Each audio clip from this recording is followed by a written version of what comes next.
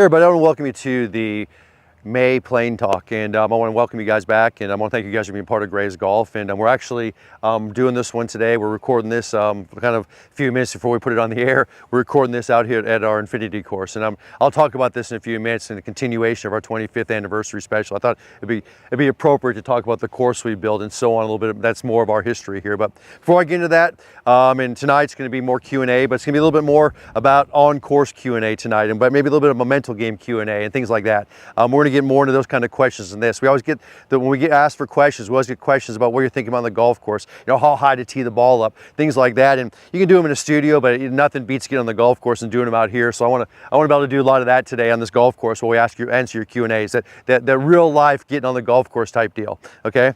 Before we get into that though, before I get into the 25th anniversary, I want to do our commercials for tonight. I want to do a little bit of announcements.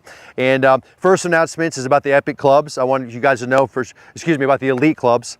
I want you guys, I keep saying that they are epic, they're that good, but about the Elite clubs. The Callaway Elite, there is a special that went on the fairway woods and the hybrids, $50 off if you buy a set.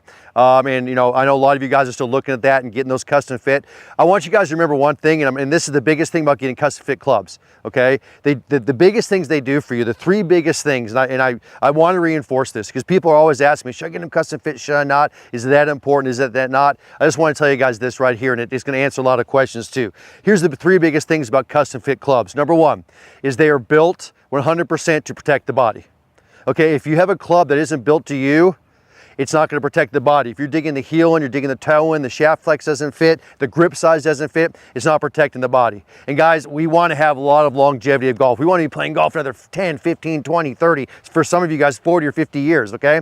We want to be playing golf for a lot longer. If you don't have a club that fits you, it's going to be going against the body, so you're not protecting the body. That's number one. Number two, a fit club, a properly fit club is a maximum forgiving club, okay? There's much more forgiveness and consistency in that club. So if it's when you hit a club and it's hitting the middle of the club, hitting the middle of that club through the ground, the shaft flex is proper for you, the grip size is proper for you, it's fitting your hand size perfect, you're going to get ultimate consistency, you're going to get ultimate distance, it's going to fit you. That's the next biggest thing. And then the last thing on this is that I promise you, and we've seen this time and time and time again, millions of times literally, is a properly fit club, swing changes will happen faster. You guys are all trying to make swing changes. That's what we're here for you. We're here to help you make swing changes, get more consistent at this game. When you have a properly fit club, swing changes will occur much, much, much, much faster. Remember, we statically fit you to a perfect club that fits you in your single plane swing. You then will work into that club as you're making changes in your swing, and that's huge because swing changes will occur so much faster, okay? So email me at timg@graysgolf.com, timg@graysgolf.com. I can get you fit. Guys, it's this time of year, I'm literally getting 15, 20, 30 fittings in a day, and I love it. Don't be one of those guys left out there that isn't getting fit. Whether you change your clubs you currently have, whether you work with me and get some new clubs, whether you trade in the stuff you've got right now, whatever it is, we've got great specials set up for you guys. We've got great trade-in deals set up for you guys. And remember, when you're trading in your clubs, you keep the clubs you have right now in hand until you get the new ones. So your clubs are never out of your hands, okay? You never don't have clubs to hit. We'll get you the new ones, then you send your trade-ins in, okay? It's very, very, very simple, okay? Speaking of that, because I'm going to bring in James Bell, okay? And yes, he is my trade-in specialist, but that's not why he's here today. He wears two big hats in this company. Hat number one is he's my trade-in specialist. I only wore one hat today. Yeah, he's wearing one hat today. The second one is he's my school manager. And it goes hand in hand, so okay, but sort of. But we want to talk a little bit about the upcoming schedule, and then more particularly about our new school we got, and that's kind of one of the reasons we're out here today. So talk a little bit about our school schedule coming up and some special we got in there, right? So what do we got going right now? Right now, the school's through June, July, the 3-day schools. Right. We're going to give them a special. If you're a member, we're going to give you a double member discount on them. Okay. So if you're a level 3 member, you get $300 off. Right. You'll get $600 off. And for those that aren't members, we're going to give them the members, the level 3 member discount, so $300 So you're getting a discount off of $300, so you're getting almost 10%, actually over 10%, actually significantly over 10% off of this 3-day schools coming up in the next couple months, am I right? Yes. Okay, guys, we have a lot of 3-day schools out there. Where do we run them at? We run them in Oklahoma City, Oklahoma City, Orlando, and Phoenix. Or Oklahoma City, Orlando, and Phoenix. And guys, this is the great place to start. If people always ask us where to start, we always say, you know, obviously you can start on 1-day schools, but 3-day schools, if you got the time, it's the place to start. And then obviously, I mean, but we're giving you a little discount because we got a lot of them coming up, and we got some discounts on that. The other thing I want James to talk about is a new school we just put in the schedule. Am I right? I'm excited about this. Yeah, this one is excited about. This is going to be good. And this is the real reason I brought him up, because I could have done what you just did. Well, I know. So talk about this real quick. It's an on-course playing school. On-course playing school. Okay, so think about this as a progression. And here's the course. We're on our Infinity course here. It's a 6-hole practice facility here at Grays Golf. I'll talk more about it in a second, but go ahead and tell them about the course. Think about it. I was thinking about this morning as we're getting ready to do this. Okay. Think about this as a progression. Okay. We've talked about, I mean, we go back through the schools, the 3-day, the 5-day, a lot of fundamentals. We build on all aspects of the game. Right. Then we go into, you have the bio school that goes into a deep dive into the positions of the full swing. You go into the short game school, which is deep dive into the scoring part of the game. Right. And the artistry part of the short game part of the game. And then we look at the AAI school, which is, how do I prepare me? Right. How do I prepare my body and mind to be able to perform? Right. That's the whole idea behind the AAI school. This next step is, how do I take all of that and go play golf? Love it. How do I take it to the golf course? So how do I prepare myself to get myself physically ready to play? Okay. How do I learn what my equipment does? So my tool bag I have. Right. How do those 14 clubs work? Right. Okay, what can I do? I don't want to be a robot when I go play golf. Right. I want to have the imagination to, we were talking about this yesterday, of, that 9-shot window. Right. How do I look at the shot that I have to play on the course? Right. Where in this window do I have to play it? Right. How do I maximize my capabilities or my abilities anyway on the golf course and mitigate the error? Right. How do I not play the 1% shot? Right. So how do I play smart golf? And then how do I get around a golf course? Right. How do I manage myself around from shot to shot? Thinking about how do I play a hole? I get myself in trouble. What's the smart things to do? Guys, remember, this is the next step. There was a big topic conversation about this in the Masters that was just held, and they asked Scotty Scheffler about practice versus play. And he says he practices swing on the range and he plays the game on the course. He goes, he does not play, he doesn't work on a swing on the course. He plays on the golf course. And that's what he talked about. And you guys, you got to learn. It's something you got to learn to get in the golf course and play the game. Yep. And that's the biggest thing. That's what this school's all about. It's going to be an on-course instruction day. We're going to be doing things like pre-shot, in-shot, post-shot routines. We're going to be doing things about how to think about over top of a golf shot, how to think about when you get prepared for a golf shot, how to be your own best caddy out there. We're going to do Challenge 24 on the golf course. There's a lot of different things that we do on the golf course that we can learn how to practice on the golf course and learn. And what I mean by practicing the golf course, you get in the golf course, you hit different shots in the course. Learn how to hit those different shots in the golf course, how to think those different shots. But tell them that's what the school. It's the on-course playing school. And this is no fundamentals. We are not going to talk fundamentals on this school. That's what. Well, we're talking about fundamentals, how to get around a golf course. Yeah, but I'm not going to tell you where position one is. I'm not going to remind you how your grip is. Right. We're past that at this point. Do you know how to get ready to go play a round of golf? Yeah. Do you know what to do after a round of golf? That's the whole thing. This is what this is all about. So guys, when is it? What are the dates? This will be the 16th and 17th of July here at our facility. 16th and 17th of July. And it is selling out fast. Okay, so guys, so July 16th and 17th, it's the first on-course instruction days, 2-day school on the golf course. I would suggest getting in quick if you're interested. This is going to be a big deal. We're going to get out here, guys. Weather's phenomenal then. This course is phenomenal then. I mean, everything about this. And you'll have 2 full days on the golf course. Learn how to play on the golf course. Learn how to get your game and play on the golf course. Yep. We good? Anything else you want to talk about in schools? We're pretty good? Everything's going fine. We got 2 5-day camps coming up in May. We got one in the last 5-day camp for the spring season in Orlando and Phoenix. Okay. So our last one for Oklahoma City is next week. Okay. And then we've got the 2 5-days coming up in Orlando, Phoenix. And then we're going to sort of back off Orlando, Phoenix, July, August. It's just humid in Orlando and it's just blistering hot in Phoenix. And Oklahoma City, beautiful weather. Oklahoma City. And then, our schedule's out through what month? It's out right now. It's out through the end of August with the addition of those 2 schools in September. All right. Coming up, the AAI Short Game School. Looking at releasing the rest of the fall schedule, so September through December, probably sometime the end of May. Love it. Okay. And we'll have guys, a full you're looking at the schedule. calendar now. So the biggest things right now, how do they get a hold of you? Let them know. JamesB@gravesgolf.com, schools@gravesgolf.com, or give us a call on the school phone, 405-250-6960. Guys, get in. So $300 off. The 3-day school's coming up. Members, you get double that discount coming up. You get double your members discount. Get in one of those 3-day schools. And then this July on-course instruction school. And guys, remember, we're only holding 12 people in the school because we can only get out. That's why he's saying it's going to sell very, very fast. We're not putting 20, 25 people in this thing. We got to get you guys out here. We're going to get you guys with our instructors, myself involved. We're going to get you on this golf course playing for a couple of days, learning all about the shots and so on. So get in there quick if you can. This is going to be a good school. All right. Well, what we're going to do now is real quickly, James is going to go out, and Paul Monahan, we have a special guest. I didn't know Paul was coming in today, but he's here. So Paul's here. I'm going to bring him in a second. Before we get Paul up here, he's going to go mic up Paul. Before we bring him in, I want to give a little bit of a 25th anniversary, and just for a couple minutes. It's not going to be the long bus story like last time, but I want to talk about this for just a couple minutes here. Guys, this is kind of how this place came about. So this is part of our history with Graves Golf.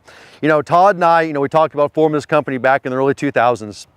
We broke apart from Natural Golf. We talked about that in the last webinar, in our last plane talk.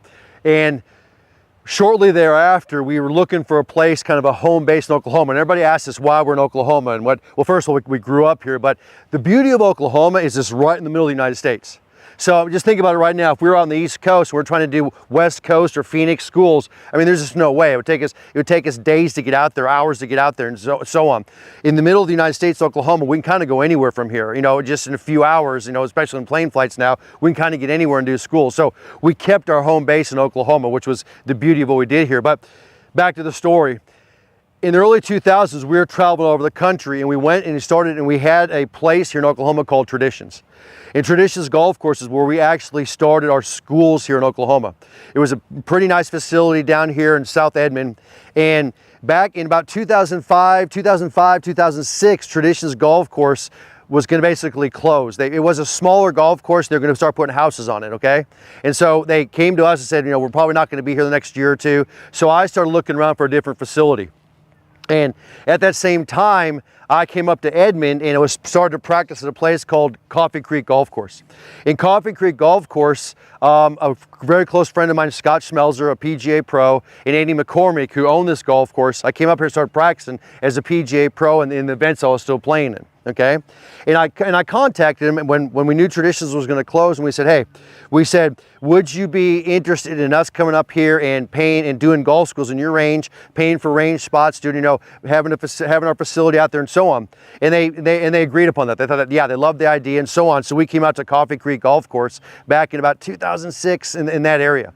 And it was and then we started doing schools out here, and then eventually later built an academy out here.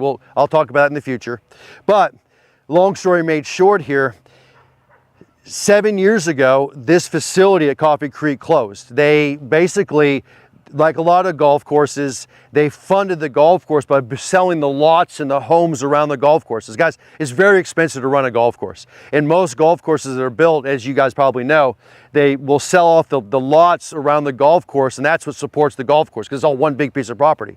Well, Coffee Creek was built it was built, I think, in around 2000, a little bit before 2000. And for about 10, 12, 15 years, they just sold off lots, built big, beautiful homes on this golf course. There's big, beautiful homes around the golf course. Well, 7 years ago, after we started getting into the golf started declining. There's other golf courses being built around here. Coffee Creek, basically, they couldn't afford it anymore, and it closed. So Coffee Creek closed down.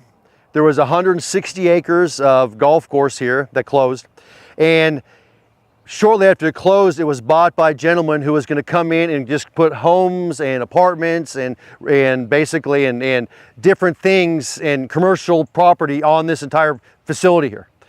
It sat for close to 6 to 7 years. It sat and it sat and it sat. I mean, this obviously wasn't the only thing he had to do. 2.5, almost 3 years ago, Todd and I found out that he split this up and put it for sale. So what we did 3 years ago is we came in and we made an offer for the middle 80 acres of the old Coffee Creek Golf Course. And through some negotiations, he accepted it.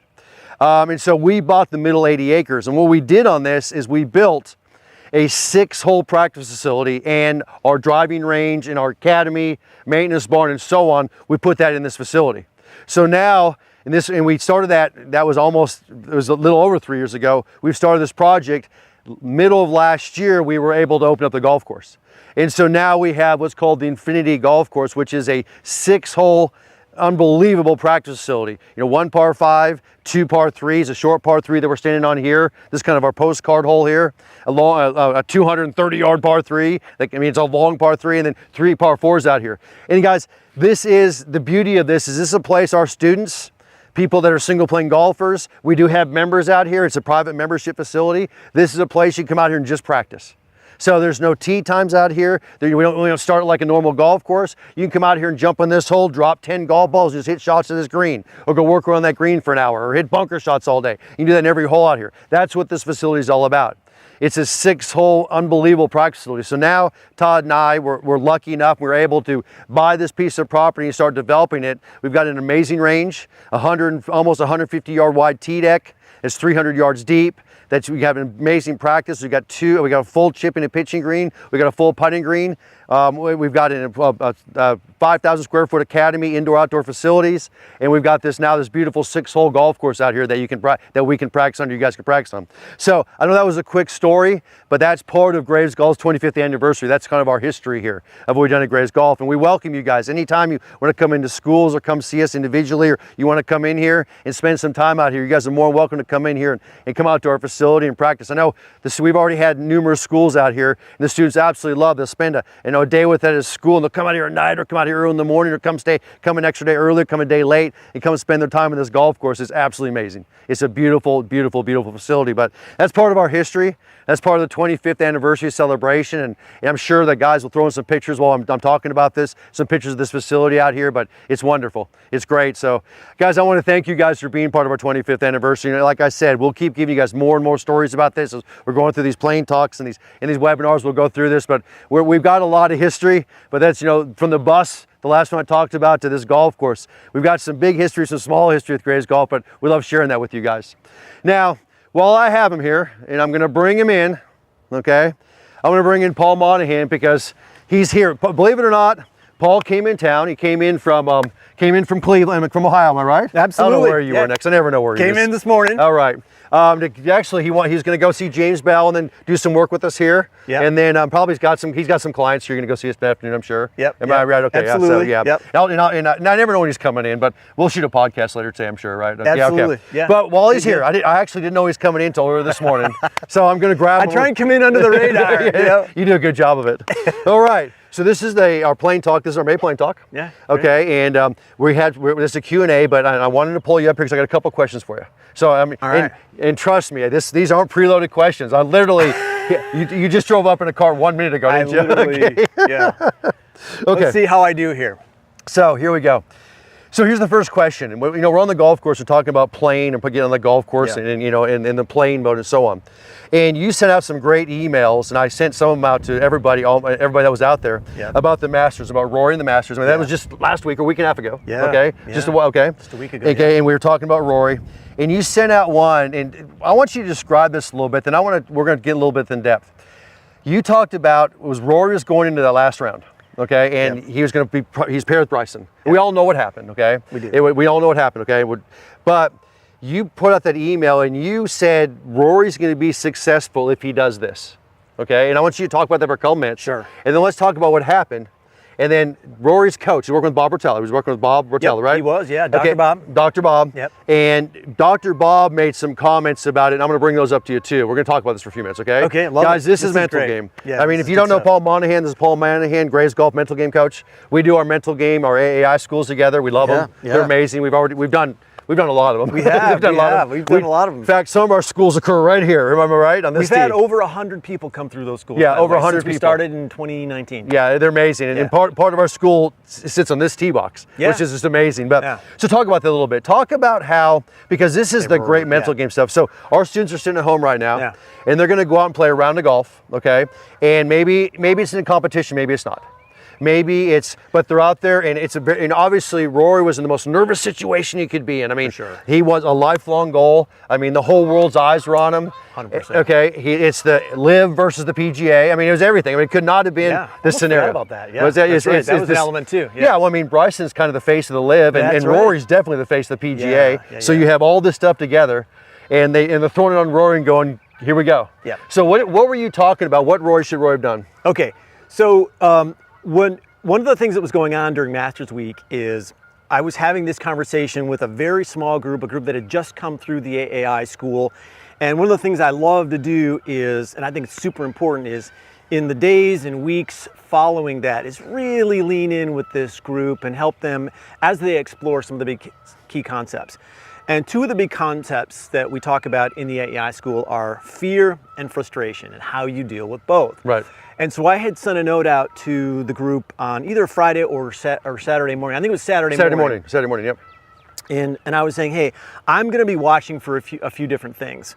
And but two of the most important things, and maybe this was even Sunday morning, the final round, right? I said, hey, I'm going to be watching Rory for a couple things. Number one is tentative play, tentative strokes, tentative shots, because that's an indication that fear has shown up for him. And I call fear and frustration, it's two of what I call the bandits of potential. They'll steal your potential if you let them, right? And the other thing was frustration. You know, how is he stepping into the gray zone, the moment after the shot, and how is he processing outcome? And I would be looking for, if he's frustrated by a shot or two, like how intense that emotion is. If it's super intense, it's an indication to me that his gray zone game, his mental game after the shot has got some kinks in it. And I would want him to be a little more measured, a little more objective. So those were two of the things that I was watching for, and I had sent that note out to the group before the play started. So what did you see? So when you watched it, because we all watched it. I mean, I'm sure 100%. Everyone out there watched it. What did you see? Yeah. So a couple things I noticed, and if you all watched this, you probably saw this, and I was live tweeting. Right, yeah, you were, I know. It was really good. You know, throughout the 5 hours. So you can actually go out there on my X account and you can see the progression. It's kind of interesting to go back and watch it. But one of the things I saw immediately was how he showed up onto the first tee. And I was really struck, Tim, by like, oh my God, it was a bit of a deer in the headlights look. A deer in the headlights look, and he was not comfortable. Right. It didn't appear to me anyway. Well, you know. So this comes back to, because I heard this after the fact. So he's working with his Bob Rotella is his mental game coach, and he's working with him. And have you seen the follow-up after this? Have you seen any of that they talked about? Bob Rotella told him to pretend that Bryson wasn't there. I mean, is that what he is? Ignore. Ignore him. His plan, after the fact, we find out his plan is ignore Bryson. Just the only thing that matters for you, Rory, is your game, your shot, not the crowd, not anything else. So talk about that. You know, that's what he basically said ignore him. And you saw it in the first tee, because even they made a comment about it. They went and said Bryson. They shook hands, and then he just turned, and that was it. Like you're dead to me. Like, you know, seriously. Like now. So the question for you is, because I mean, guys, there's many different ways to approach it. I think I would have a difficult time doing that. And even me with my personality, a lot of you guys out there with my personality know that, well, if anybody could do it, Tim could probably do, like, ignore somebody out there. But think about something here. I don't think I could do that, because if Bryson's out there hitting a good shot, or hitting a really good shot, and the crowd's going crazy, I mean, so the crowd's celebrating this great shot for him, and you're ignoring it, it seems like you're digging a deeper hole for yourself. Does that make sense? I mean, and so, because I know you look at it differently. So talk about how you recommend approaching it, because you talked about this in your email. How would you recommend approaching that? Yeah, and you know, I'll start by saying it's really hard to be the contrarian when it comes to Dr. Bob. No, he's amazing. You know what I mean? Like, he's kind of the GOAT in the modern golf psychology world, 100%. Right? But what I said later, and I communicated this to Tim and this group that was kind of following this, I said, you know, I'm not sure that was the right play for Rory on Masters Sunday. Right. Because the fact of the matter is that Rory recognizes when there's a threat. And the brain sees that, the brain understands that. And so I think the better approach would have been, may have been, to lean in and embrace all of everything that was there, including I'm playing with Bryson, and what if I held the idea in my head, I'm saying this would be like Rory's inner dialogue. What if I held the idea that I want the best for Bryson, I want him to play at his best, because I want to beat him at his best. Right.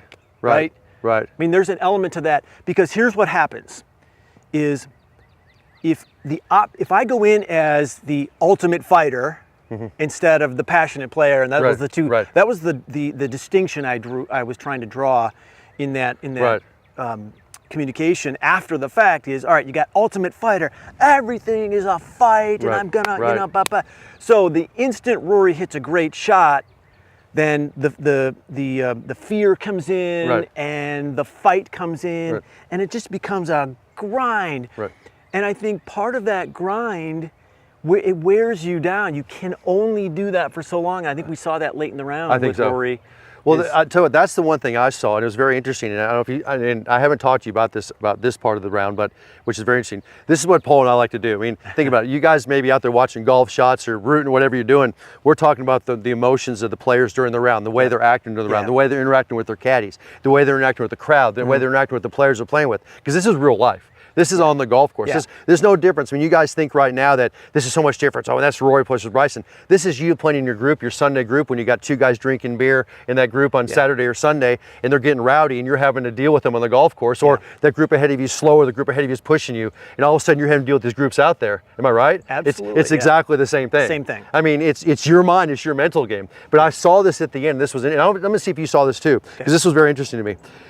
During the round, it seemed to me like Rory would go in and out, like he'd hit great shot. Like he made a comment, he goes, I doubled the first hole and it took my nerves away. Well, any players know this. You make a double, you kind of throw up your hands like, okay, what else can happen out here? What, you know, if he'd have gone 3-3-3-3 to start and he'd have been even with Bryson after making those 5 threes, he'd have gone, holy crap, I can't do better than this, and I haven't gained anything. But he made a double, and all of a sudden he's like, okay, the bad stuff's out of me for today. I mean, he kind of loosened him up, but I saw this. He'd come and go out of the shots. Like he shot in 15. That was unbelievable. And then he'd follow it up with a mediocre. It was a tentative putt. That couldn't have been more of a tentative putt. I mean, he has 100%. A putt. I mean, it was all of a sudden like he was afraid he was going to 3-putt it. So it was like a great shot, tentative shot.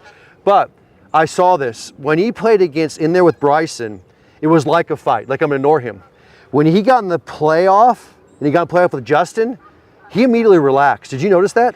I did. And he literally got in this playoff with Justin, who's, by the way, is one of his very close friends. They play in the Ryder Cup together. It's kind of, I'm not going to say it's his mentor, but Justin's kind of been a father figure to him because he's significantly older than Rory.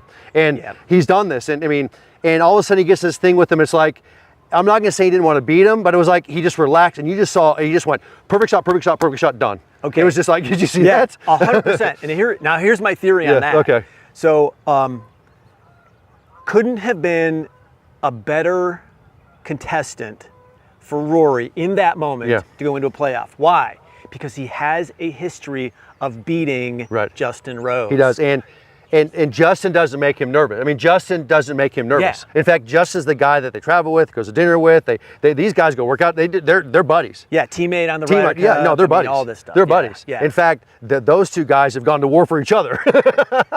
So and even like Justin Rose, like he's just such a nice.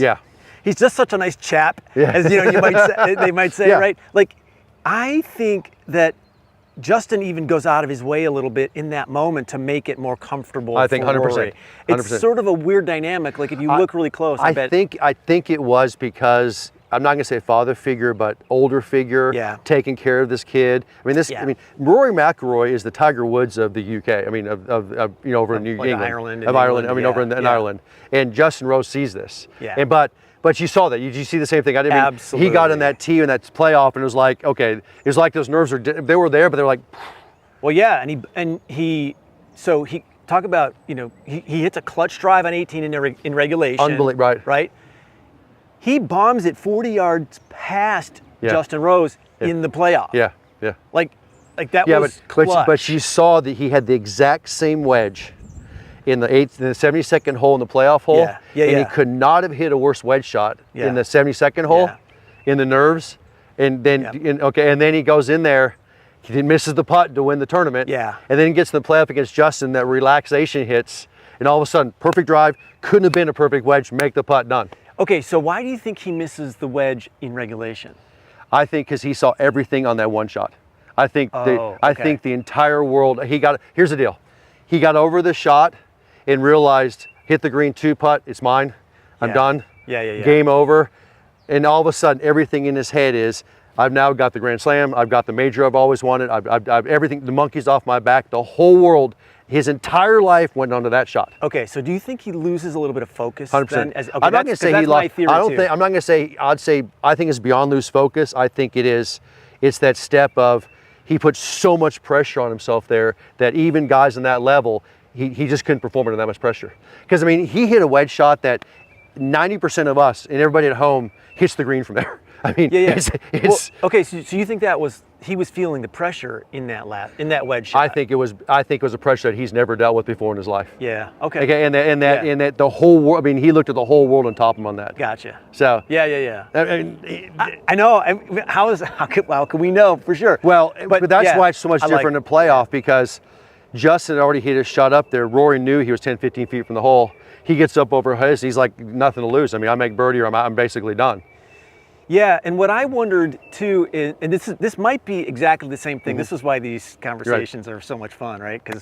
But I wondered, Tim, like, all right, he gets to that last shot. The weight is kind of off with at this Justin. Point. In regulation. Okay. In regulation. Okay. So he gets to that shot, that wedge shot, into the green. The weight is off. He's like, all right, all I got is this shovel shot. And I think he almost like forgets to finish the swing. Like the focus isn't there. I agree. Maybe that's pressure. Maybe we're saying the same thing. The hardest thing for Rory in the last round, and we'll do more on the podcast with this, but the hardest thing for Rory in this last round was the ebb and flow of it. I've never seen a round where he's leading by 4, he's even or down by 1, he's leading by 5. He walks off 15 or 4, whatever it was, and all of a sudden he's up by 3 or 4 shots. At one time he's up by about 5 shots in the front 9. It's like, this thing's over. Yeah. I mean, he makes the turn and they're like, this thing's over. And all of a sudden he's bound by 1. It's like, what just happened? Right. I mean, he didn't expect Justin to play that good, but the second thing was that it was just up and down, up and down, up and down. And on 18, I just think he just never learned how to. He just didn't deal with the shot well. I mean, it's you know. Yeah. But anyway, I wanted Paul to come in here and talk about a little bit about that just for you guys. So give them a little bit of advice. So if they're out there, just for 2 seconds, if they're out there right now, they're playing with those groups that are bothering them, or the guys in the groups that are bothering them, they're sitting there, somebody's pushing behind, somebody's in front of them. Give them a little advice. You know, this is 2 minutes of our 2-day AAI school, but give them a little advice. Okay. What would you say? Super easy. All right, we'll talk about fear and frustration. Number 1, fear. Fear is just about a little bit of anxiousness that you're going to feel over that 8-foot putt that you really want to make to go up in the match, or to win the hole, or win the match, or whatever it might be. When you feel that, you feel the tentative putt, you feel all that. Can you step back in that moment and change that fear about outcome, into something more powerful? And I say, channel this idea of passion and love for the moment and appreciation. I love being here. This is awesome. I love the competition. Now you step back with a bunch of energy that's a lot better, and you can make that putt. You can make that shot. That's number 1. So recognize when fear shows up, call a timeout, step back, channel that passion for the moment. That'd be number 1. Number 2, frustration. Frustration is about managing how you interpret the outcome.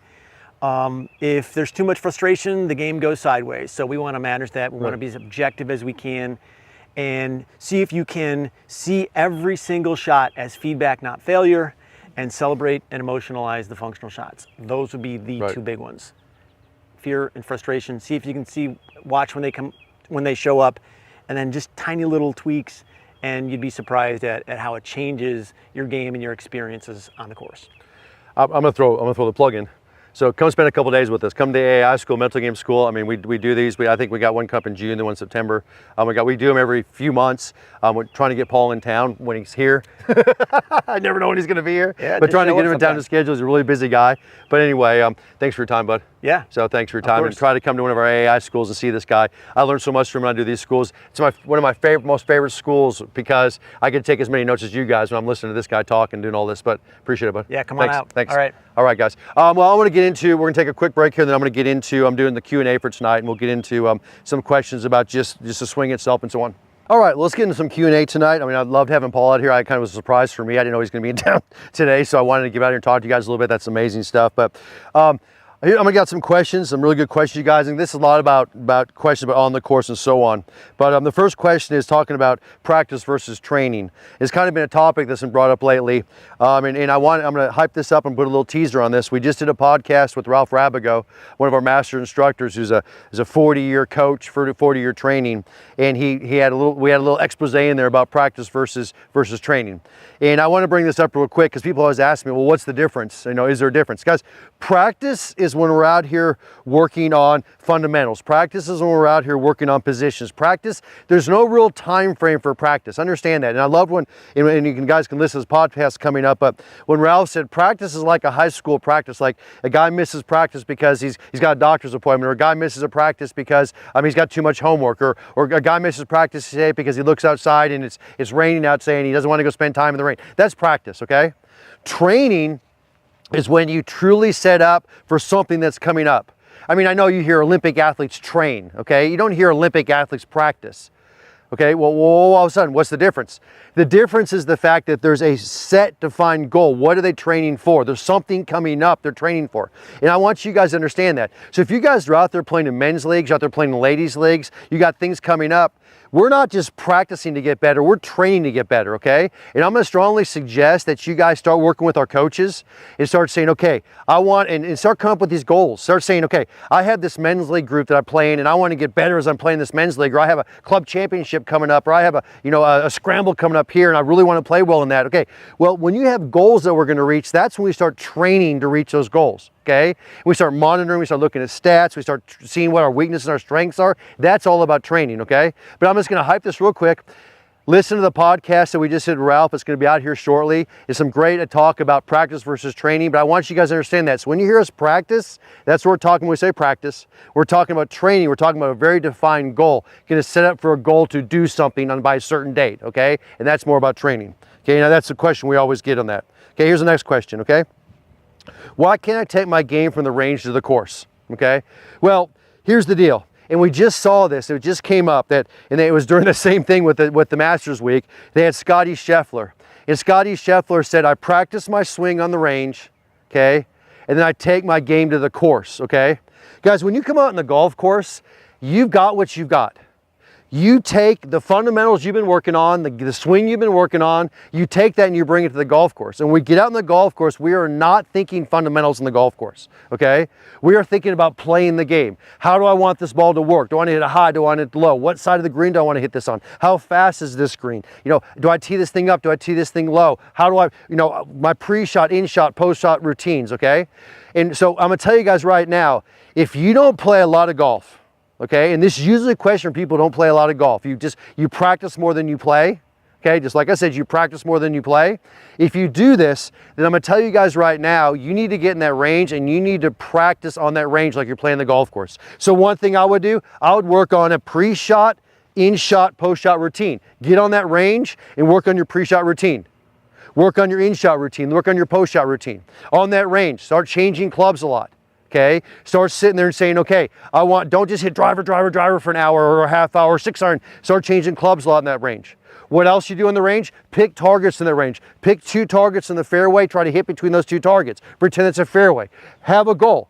I pull out 14 golf balls because there's usually 14 holes you're playing the golf course, you're hitting driver. I'll do it in the range, I'll tee one up. I will then walk through my pre-shot, my in-shot, my post-shot routine. I'll hit the shot obviously and see if I hit between those 2 targets. If I did, I get 1 out of 1. If I miss the second one, maybe it's 1 out of 2. I'll see how many I can hit in that fairway out of 14 shots, working on my pre-shot routine before every single one. Guys, mimic like you're on the golf course on that range. That's the best way. And then when you're thinking on there, you're not thinking fundamentals. We talk about balance, tempo, and tension. Okay? So when I hit a shot, am I in good balance when I hit that shot?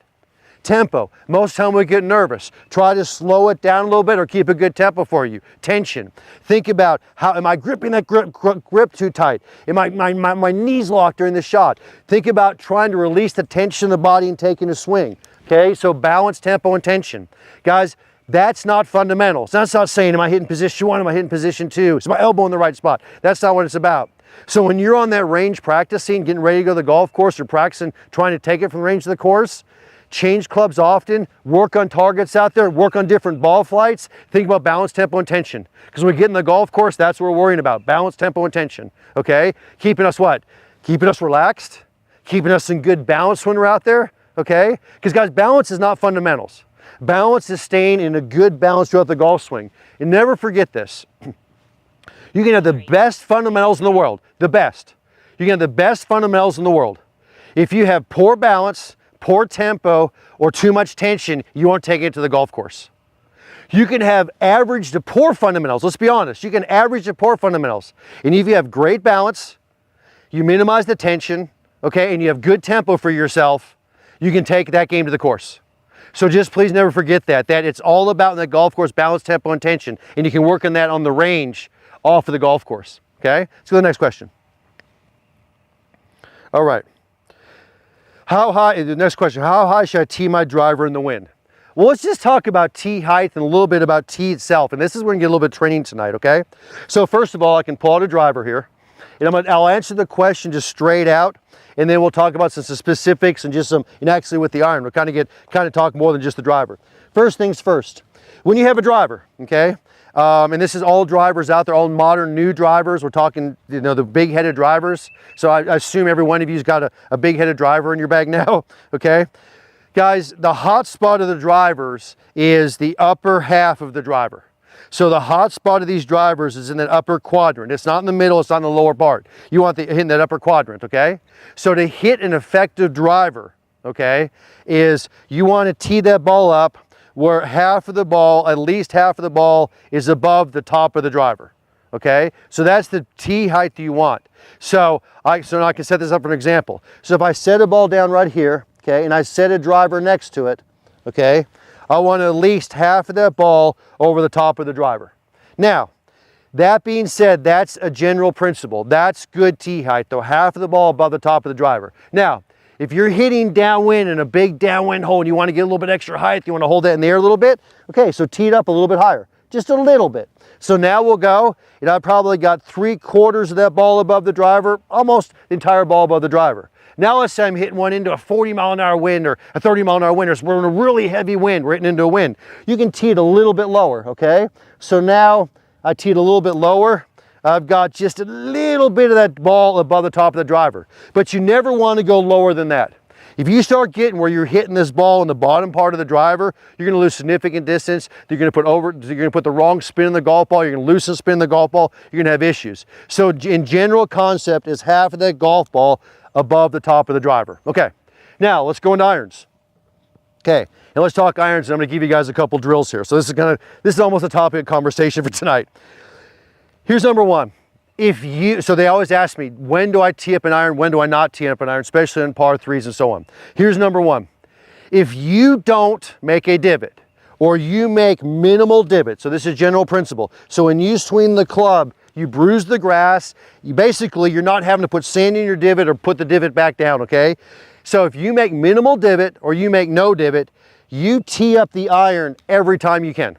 Anytime you can put a tee on the iron, I don't care if it's windy, if it's not windy, if you're into the wind, downwind, you tee it up, okay? Because in an iron, when you hit an iron, you want to get basically 4 to 5 grooves into that iron where that ball makes impact. So you would theoretically want to get at least 2 grooves put into the ground for the divot. Remember, when you hit irons, when you hit hybrids, even you hit fairway woods, we should be making a divot. And with irons and hybrids, a pretty significant divot to hit a good golf shot. If you're not making a divot, we want it teed up and at least get that when we can and get that ball a little bit higher in that face to hit a solid shot. I don't want the ball hit on the bottom 2 or 3 grooves in the club. I need it on groove 3, 4, 5. That's where the impact is. So if you make minimal to no divot every single time, tee up your irons so you can make impact with that ball at least 4 to 5 grooves into it. Okay, so that's general concept. And honestly, that's a majority of our students. When I do the fittings, a majority, we're talking 60, 70, 80% of them will say, I don't make a divot or I make minimal divot. Now, if you make a divot or you start working on your game, you start making a more significant divot and you're happy with the divot you make. So when you get up over a shot, okay, you're making a decent divot, okay? Now we can start putting this into play. If you're hitting a shot into the wind, you're hitting a shot into the wind. You want to take some spin off the golf ball. You don't need to hit a lot of spin. It may balloon up, it may not get there. You don't need spin to stop it on that green. In other words, your fear is I could balloon it up in the air and not get there, okay? Then we put the ball on a tee. Set it so it's into the wind, put the ball on a tee, okay? That will take a little bit of the spin off it. It won't be quite as much spinny on it when you're hitting into the wind. If you're hitting downwind or you're hitting a shot with a real tuck pin and you got to stop it very fast, so you need the ultimate spin in that golf ball, put it on the ground. Now I will like to basically fluff up the ground a little bit. I will then put the ball on top of that just a little bit, okay? And now I'll hit the shot. So this is for a shot that you're trying to carry maximum spin. Now I'll get on top of that. I'll sit up over that, okay? And I'll hit that shot. Now, I took a little bit of a divot there, okay? And hit a decent golf shot. I'll do one more for you guys, okay? So notice as I do this, I'm setting the ground, but on this, I'm trying to create the spin. So I'll do it again for y'all, okay? And I'm trying to create the spin.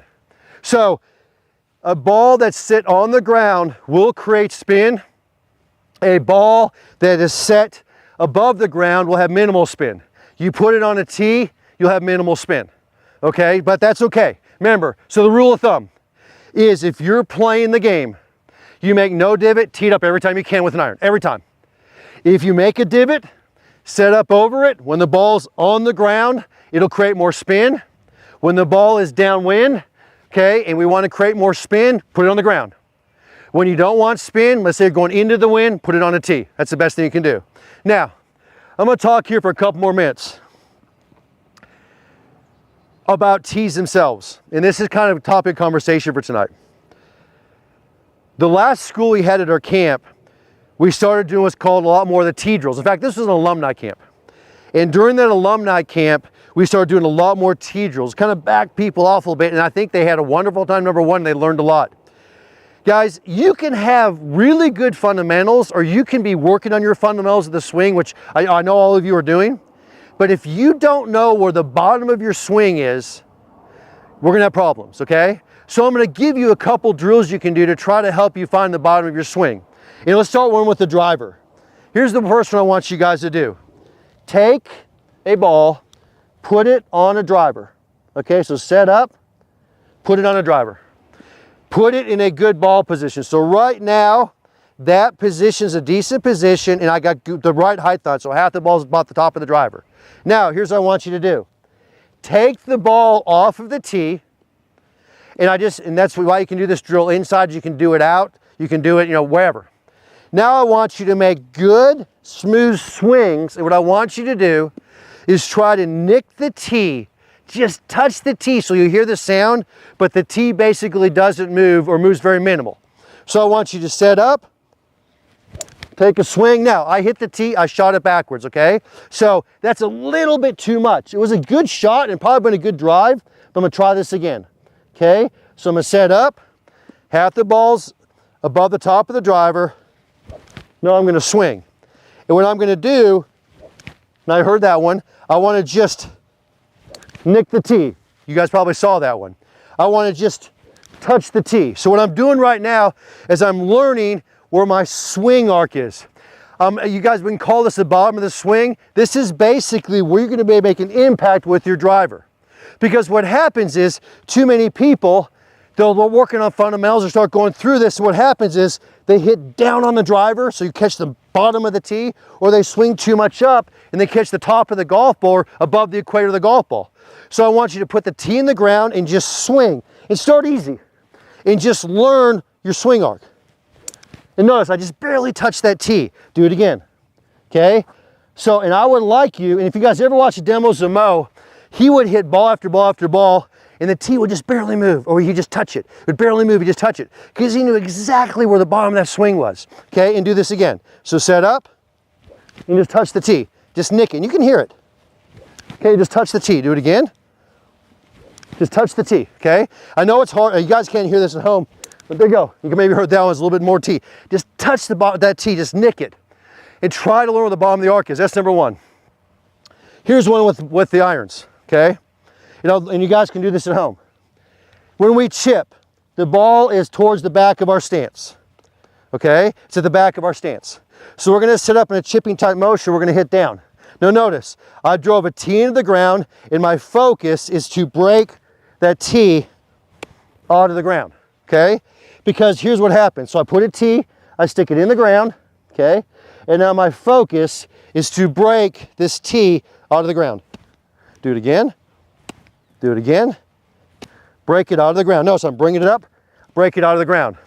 Because what happens is too many golfers don't know where the bottom of the swing is. I'm driving this tee, guys, that's level with the ground, okay? That's in the ground.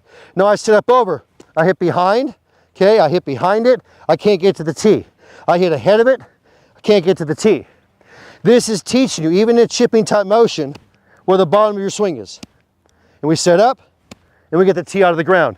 And ideally, you should hit the tee, and you saw this, it'll go backwards. Now, you take that same tee, you drive it into the ground, level with the ground, put a golf ball on it, okay? And with a nice small little chip, you work on driving that tee out of the ground, just like that. Notice that tee lifted up, driving it out of the ground. Do the same thing. Drive the tee out of the ground and work on breaking that tee out of the ground. Guys, that's where you learn the bottom of the swing. And guys, I know I'm doing this, I'm popping on the ground pretty quick. It's not an easy drills. Don't be shook up by it. Don't be alarm prone if you're missing the tee or can't get out of the ground. You guys can do this with broken tees, okay? I take right now, put a broken tee in that ground. It'll pop it right out if I can hit that tee. But what that does for your chipping, it works on angle of attack down. It works on angle of attack. And then eventually later, you can do that into the full swing. But we've got to be hitting down. So when that driver is swinging up, we're trying to just nick that tee. That's why I showed you guys that first. With the irons, we're trying to drive it down. We're trying to hit down in that iron and get that tee to pop out of that ground. And if you can hit that tee out of the ground, that means that face is coming in square. It means it's coming in a good direction. And if you can do that, trust me, if you can do that routinely and do that very clean and do that, you'll be able to hit that ball much better, much more clean, okay guys? So do the tee drill. It'll help you dramatically. It'll learn where the bottom of that swing is. All right, I'm gonna do one more question for tonight, kind of relates to the golf course again. I mean, guys, so you guys got a little bit of that mind, that process of what we're doing tonight, but this one in kind of the thinking of the golf course. But here's the last one for tonight.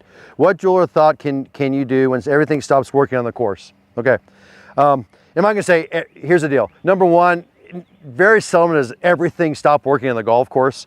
What happens is, and you heard Paul talk about this earlier, we get the fear and frustration stops falling into us. So what happens is you get in the golf course and you may hit a shot or two that are good, and all of a sudden you hit one bad, or things start going sideways in the golf course. And as Paul said, fear and frustration starts pouring in. Fear what? Fear that your next shot's not going to be good. Fear that you're going to be embarrassed. Fear that you're, okay, and then frustration. I mean, I can't believe I've been working my game this hard, or I've been working on my game and now this is happening again, okay?